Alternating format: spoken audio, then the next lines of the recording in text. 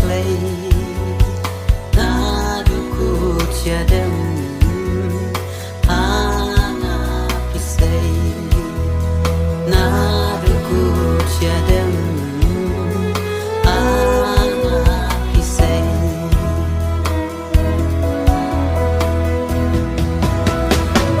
da sisiang ai ngam quang ban siu po aba pi pim qua ngam la ban pen bo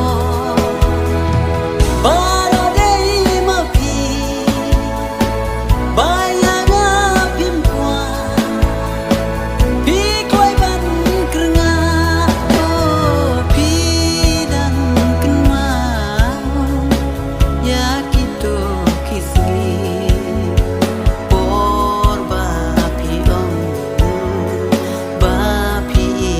yanga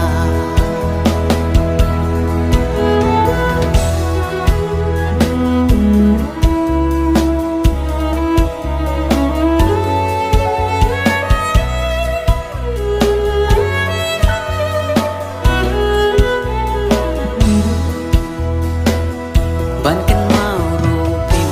kwa ban plet ru pim baru ki bangala kren api kini ai sa ban ken mau ru pim kwa ban plet ru pim baru